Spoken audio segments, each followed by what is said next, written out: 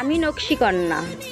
এই যে সেই আম, যে আম ছোটোবেলায় আমার বাবা নিয়ে আসতো, আর আমি খুশি মনে দৌড়ে যে একটা বটি নিয়ে আসতাম, নিয়ে এসে ছিলাতাম, ছিলাইয়া চিকুন করে দুই পাশ কাটতাম, আর আমার দুই ভাইয়ের হাতে ওই চিকুন আম দিতাম। আর আমি আটিটা অনেক মোটা করে কাটতাম, খেতে যে অনেক ভালোবাসতাম আটি। তখন আমার দুই ভাই যে মা বাবার সাথে চিল্লাচিল্লি করতো, মা দেখো, ও অনেক মোটা করে আটি নেছে, আমরাও আটি খাবো, ওকে বলো দিয়ে দিতে। তখন মা বলতো, বাবা রে, রাগ করিস না, তোরা তো সারা জীবনই বাড়ি থাকবি, খেতেও পারবি, আর ও তো পরের বাড়ি চলে যাবে, ও খেতে পারবে কি পারবে না আমরা তো দেখতেও পারবো না। থাক বাবা, রাগ না করে ওরেই খেতে দে।